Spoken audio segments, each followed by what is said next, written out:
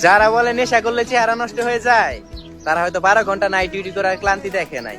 পুরো শহর যখন ঘুমে ভোর, তখন আমরা লড়াই করে যাই নিজের ঘুমের সাথে, নিজের শরীরের সাথে। আয়নার সামনে দাঁড়ালে আজ নিজেকে অচেনা লাগে। চোখের নিচে কালো দাগ আর ফ্যাকাশে হয়ে যাওয়া চেহারা কোনো নেশার দাগ নয়, এটা হলো দায়িত্ব পূরণের এক অদৃশ্য ক্ষত। সূর্যের আলোয় যখন সবার দিন শুরু হয়, তখন আমাদের দিন শেষ হয়। উৎসবের রাত হোক কিংবা ঝোড়ো হাওয়া, কোনো কিছুই আমাদের থামাতে পারে না। কারণ পকেটে টাকা না থাকলে শখ বিসর্জন দেওয়া যায়, তবে দায়িত্ব বিসর্জন দেওয়ার বিলাসিতা আমাদের নেই।